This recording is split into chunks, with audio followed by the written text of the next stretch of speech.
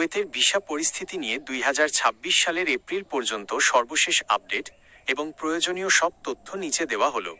বর্তমানে কুয়েত তাদের শ্রম বাজার এবং ভিসা নীতিতে বড় ধরনের কিছু পরিবর্তন এনেছে। কুয়েতের ভিসা কি চালু আছে? হ্যাঁ, কুয়েতের ভিসা কার্যক্রম বর্তমানে সীমিত আকারে এবং নির্দিষ্ট কিছু শর্তে চালু আছে। তবে সাধারণ অদক্ষ শ্রমিকদের জন্য আগের মতো অবাধে ভিসা পাওয়া এখনও কিছুটা জটিল।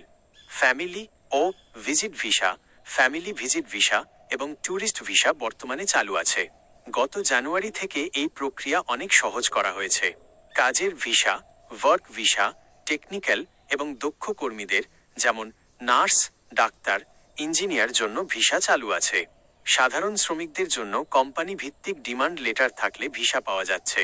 ফ্রিল্যান্স ভিসা নতুন 2026 সালের ফেব্রুয়ারি ও মার্চ মাসে কুয়েত সরকার ঘোষণা করেছে যে তারা খুব শীঘ্রই ফ্রিল্যান্স ভিসা বা স্বাধীনভাবে কাজ করার অনুমতি চালু করতে যাচ্ছে।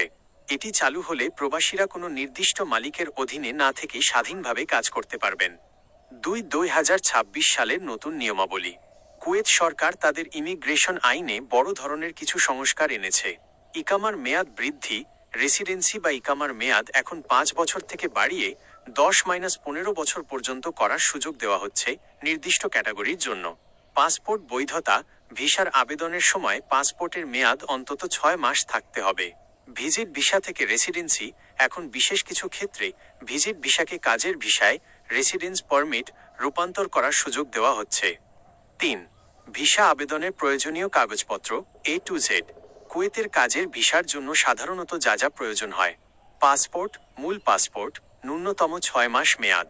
পুলিশ ক্লিয়ারেন্স PCC, অবশ্যই পররাষ্ট্র মন্ত্রণালয় থেকে সত্যায়িত হতে হবে।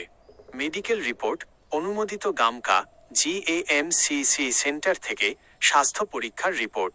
কাজের চুক্তিপত্র, ওমানের চেম্বার অফ কমার্স বা সংশ্লিষ্ট মন্ত্রণালয় থেকে অনুমোদিত কাজের অফার লেটার। ছবি, ল্যাব প্রিন্ট সাদা ব্যাকগ্রাউন্ডের ছবি। শিক্ষাগত যোগ্যতার সনদ, কারিগরি বা উচ্চতর পদের জন্য সনদগুলো সত্যায়িত থাকতে হবে। 4. প্রবাসীদের জন্য বর্তমান আপডেট। বর্তমানে কুয়েতে আবহাওয়া বা অভ্যন্তরীণ কিছু পরিস্থিতির কারণে মাঝে মধ্যে ফ্লাইট বা ভিসা প্রক্রিয়ায় ধীরগতি দেখা দিতে পারে। গত মার্চ মাসে 2026 কুয়েত সরকার মেয়াদোত্তীর্ণ ভিজিট ভিসার মেয়াদ স্বয়ংক্রিয়ভাবে 1 মাস বাড়িয়ে দিয়েছিল। সতর্কতা: কুয়েতে বর্তমানে ভিসা বাণিজ্য বা অবৈধ দালাল চক্র নির্মূলে সরকার কঠোর অবস্থানে আছে। তাই কোনো দালালের মাধ্যমে ভিসা না নিয়ে সরাসরি বৈধ রিক্রুটিং এজেন্সি বা কুয়েত দূতাবাসের মাধ্যমে তথ্য যাচাই করে নেওয়া সবচেয়ে নিরাপদ। আপনি কি বিশেষ কোনো ক্যাটাগরির যেমন ড্রাইভিং বা ক্লিনার ভিসা সম্পর্কে জানতে চাচ্ছেন?